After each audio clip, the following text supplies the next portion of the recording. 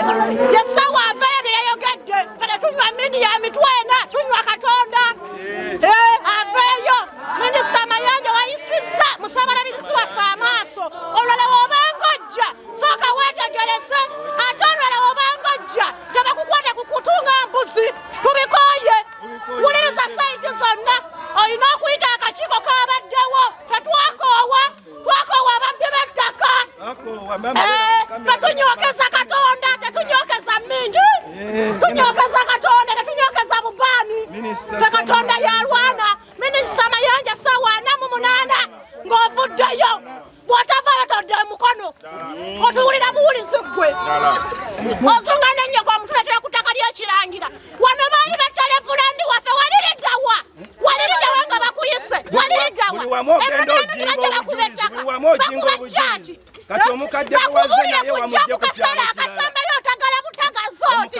bannange ebituluma tukoye Minisita baamu bange yasome ensi yabwe Katonda nga motto yaffe negamba for God and my country. Minister, don't change the motto of this country. You are tending to change the motto of this country to for God and my stomach.